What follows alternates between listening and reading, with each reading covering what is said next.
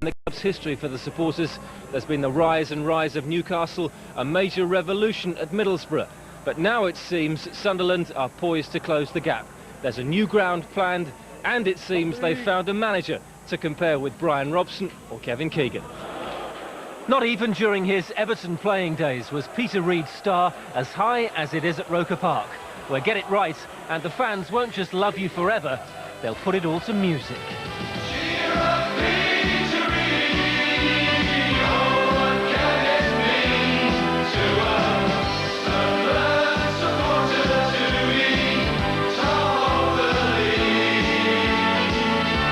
He's got something going at the club, and they're going off as champions.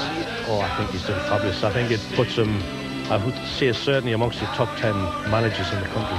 I just think they didn't believe, and maybe they've had false dawns when I wasn't here. I mean, I don't know. I can only speak for when I come, and there was 21,000 there against Sheffield United, and we were bottom of the league, or in the bottom four, and it tells you what they think about a football club and what it means to them. Well, it's the old Bill Shankly scenario. It's life and death, you know. It's probably the most important individual factor that determines the mood of people in this city. So how bad then were the last 3 or 4 years?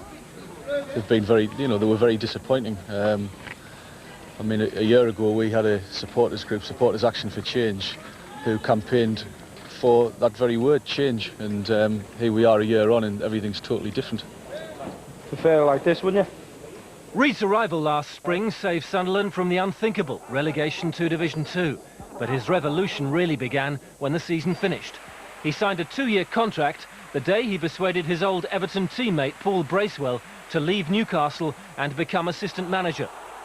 They've made just one big signing, but injury has ruled out David Kelly for the rest of the season. So remarkably, the team now on the brink of the Premiership are virtually the same side Reid inherited less than a year ago. I just felt it was that confidence, and once we started hitting the net in this run, to be fair, the lads look a lot more relaxed, and I think that's a big. It's all the players. I mean, it's all right what we do, but once 3 o'clock comes on a Saturday, hey, it's all down to them players, and the players have done it. Russell, what a marvellous goal! Oh, that's an absolutely astonishing goal from Phil Gray. On to Agnew, who's onside and scores! That win at Birmingham last week made it 7 running in the league in spite of the board of directors. The former Bank of England club have refused to dig deep at a time when money was no object in other parts of the North East.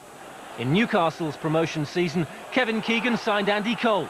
This time last year, Brian Robson spent $1 million on Jan Fjortoft to make sure Middlesbrough went up.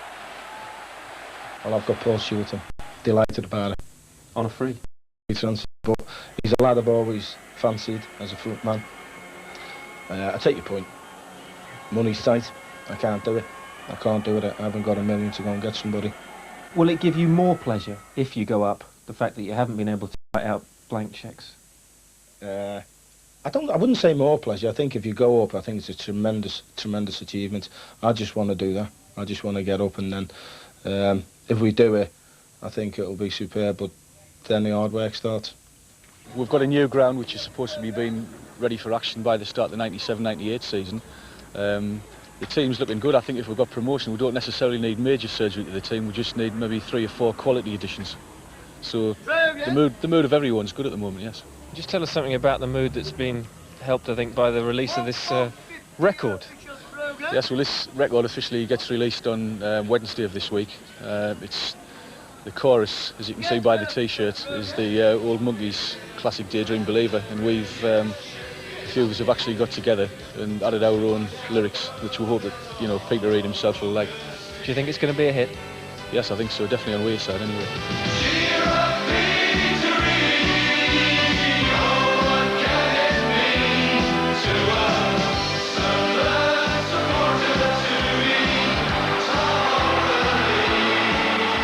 Saturday's first-half performance did not cheer Reid up.